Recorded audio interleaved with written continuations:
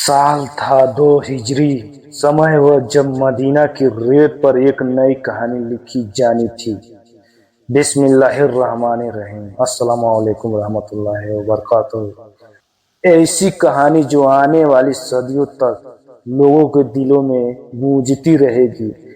यह कहानी है जंगे बद्र की। वह ऐतिहासिक मुठभेड़ जब 313वें लोग, जिनके पास हथियार कम थे पर हौसला, ईमान और भरोसा अल्लाह पर अडिगा था, सामने आए। मक्का के काफिले से चली हुई जालिमों की बर्बरता और उन लूटे हुए मालों की वापसी का इरादा था, मगर उससे बढ़कर थी ईमान की जीत की चाह।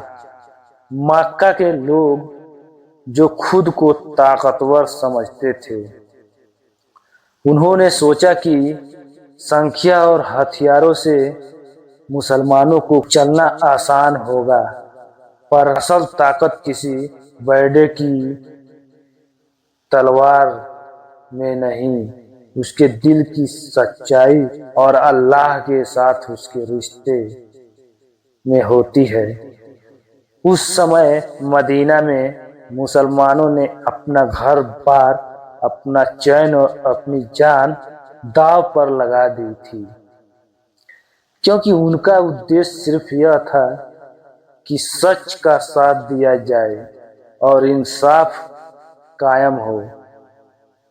नबी मोहम्मद सल्लल्लाहु अलैहि वसल्लम ने मुसलमानों से कहा कि आज हमें बाहर निकलना है, अल्लाह की राह में कदम रखना है, और जो भी अल्लाह का साथी है वो हमारे साथ हो। लोगों ने उत्तर दिया कि हम पूरी तरह आपके साथ हैं, हम तुम्हारे साथ आगे पीछे हर हाल में खड़े रहेंगे। अल्लाह की राह में निकलना आसान नहीं था। रास्ता लंबा और मुश्किलों से भरा था, पर हर कदम पर उन लोगों का यकीन और इरादा मजबूत होता गया।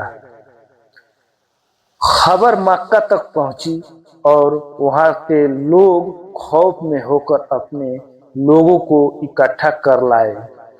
लगभग 1000 ताकतवर सिपाहियों का जमवाड़ा, घोड़ों पर सवार, तलवारें चमक रहे थे, मानो खुद इतिहास को दहलाने निकले हो। पर बद्र की कमान मुसलमानों के भय से नहीं, उनके ईमान से चलती थी। उनके दिलों में यह बात थी कि अल्लाह जहां चाहता है जीत वहीं होती है।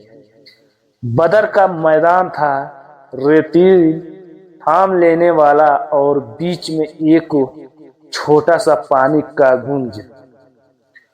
वही जंग बनी इतिहास का अहम मोड़। नबी सल्लल्लाहु अलैहि वसल्लम ने पानी के पास खड़े होने का आदेश दिया ताकि पानी की व्यवस्था बनी रहे। अपनी उम्मत से उन्होंने कहा कि अपने दिलों में नतमस्त रहो और अल्लाह पर भरोसा रखो। फिर उन्होंने उचाकर दुआ की और कहा कि अगर आज कुछ भी बचा है तो वह सब अल्लाह की मरहम है। उस रात कई लोगों की आंखों से आंसू निकले, पर वे आंसू डर के नहीं, इबादत और उम्मीद के थे। मुसलमानों के अंदर एक अजब तरह की शांति और दृढ़ता थी। वे जानते थे कि कठिनाइयां आएगी, पर अल्लाह के साथ होना किसी भी चीज से बड़ा सहारा है।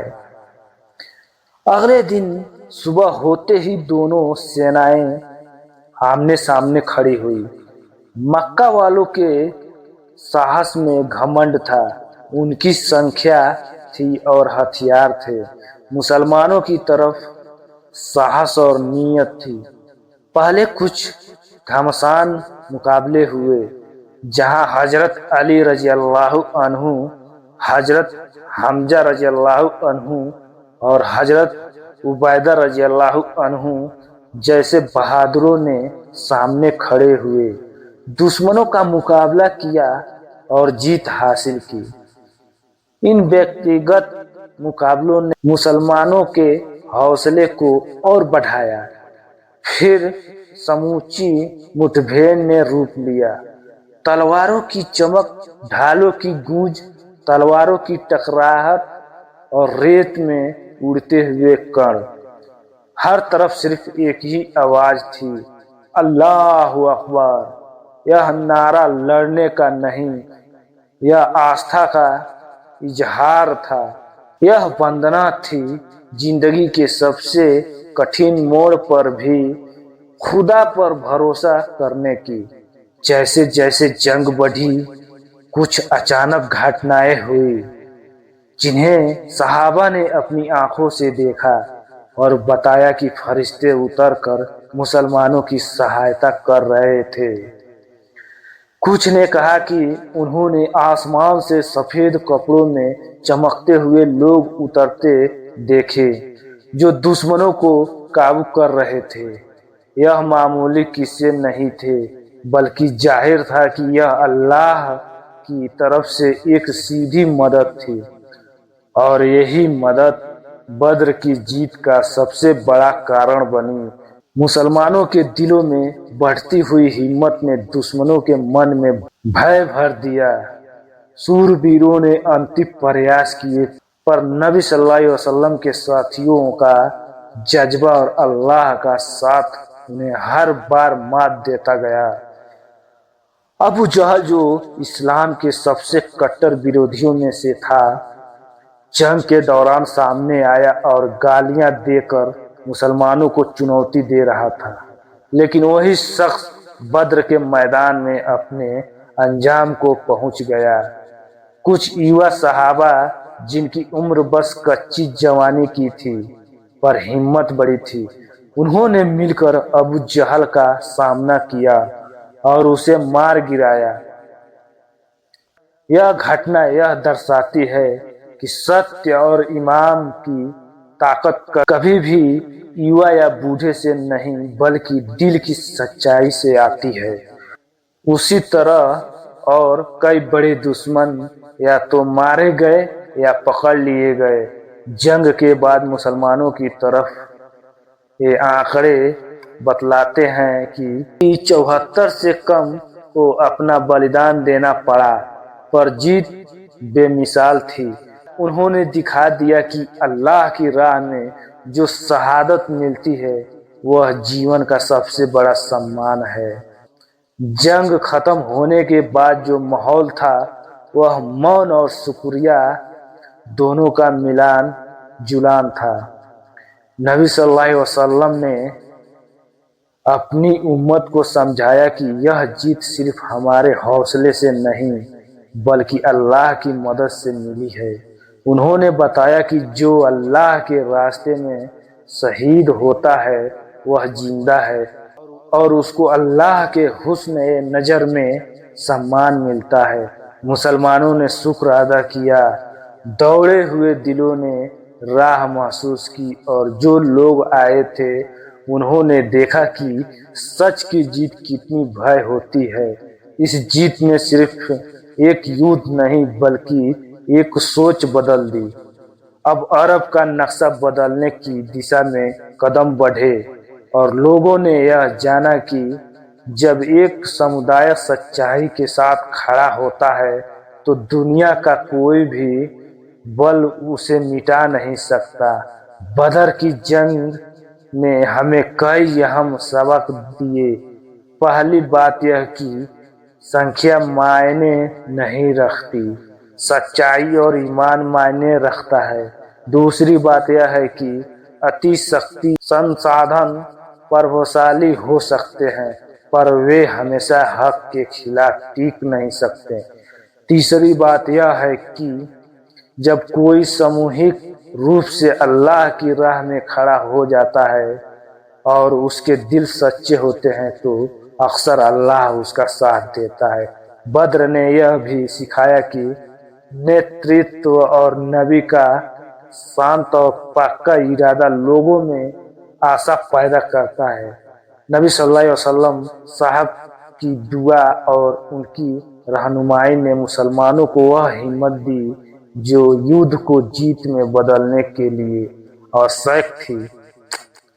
साथ ही बद्र ने इस्लाम के इतिहास में एक मिसाल कायम की, कैसे छोटे से समूह ने बड़े से बड़े हमले का सामना करके अपने सिद्धांतों को बचाया।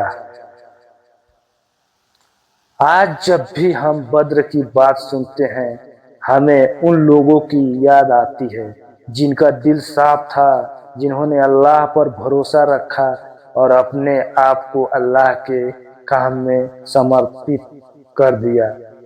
उनके बलिदानों को याद रखकर हमें भी अपने जीवन में ईमानदारी, सब्र और शिष्टता अपनानी चाहिए। हमें यह मानकर चलना चाहिए कि असली जीत वही है जो दिल की सच्चाई से हासिल की जाए और असली हार वही है जो भरोसे और विश्वास की कमी से आती है।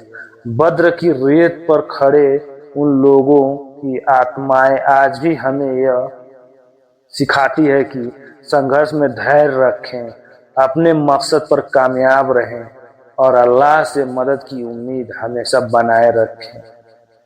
अंत में बद्र की इस शानदार जीत का मतलब सिर्फ एक भौतिक विजय नहीं था, बल्कि यह वह मोड़ था जिसने ऐतिहासिक की दिशा मोड़ी। यह युवा और बूढ़े, अमीर और गरीब सबकी मिसाल है जिन्होंने अपने डर को, अपने सांसारिक मोह को पीछे रखकर एक नई दुनिया की नींव रखी। एक ऐसी दुनिया जहां सच और ईमान की कदर की जाती है। आइए हम भी उनकी राह पर चले, अपने दिलों को सच्चाई बनाएं, दूसरों का भला सोचें और हर मुश्किल में अल्लाह का सहारा मांगते रहें। अल्लाह ताला हम सभी को उनके जैसा ईमान और हिम्मत देना, हमें सच्चाई की राह पर चलने की तौफीक दे और हमारे कामों में बरकत रखे। आमीन।